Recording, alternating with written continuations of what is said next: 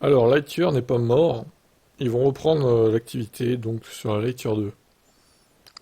La société basée aux Pays-Bas est mieux connue pour la voiture solaire radicale de 230 000 euros, Lightyear 0, qui est brièvement entrée en production pendant quelques semaines à la fin de l'année dernière avant de déclarer faillite en janvier 2023. Maintenant, cependant, la société affirme avoir levé suffisamment de capitaux pour continuer à travailler sur son deuxième modèle.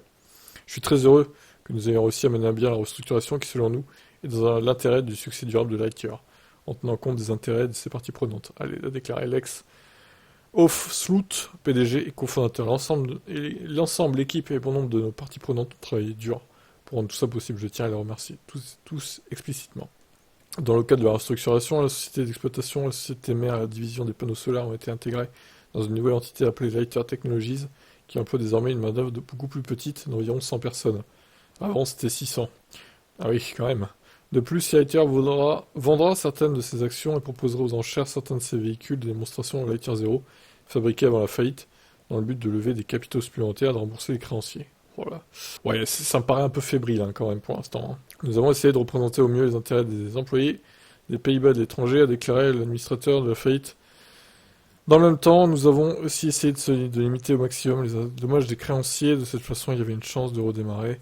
C'était un problème complexe auquel nous étions confrontés avec de nombreux intervenants. Heureusement, le redémarrage a été réalisé dans un délai raisonnable et tout le monde a maintenant la clarté.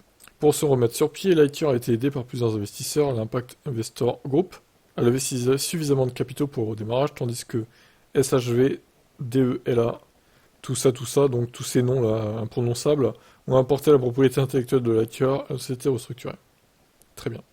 Alors, attention, ça me paraît fébrile encore.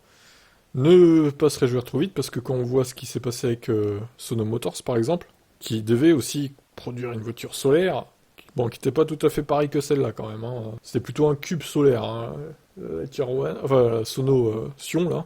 Du coup, la Lightyear One est plutôt une voiture genre berline compacte, quoi. Et l'autre, c'était plutôt un utilitaire, limite, un espèce de monospace cubique.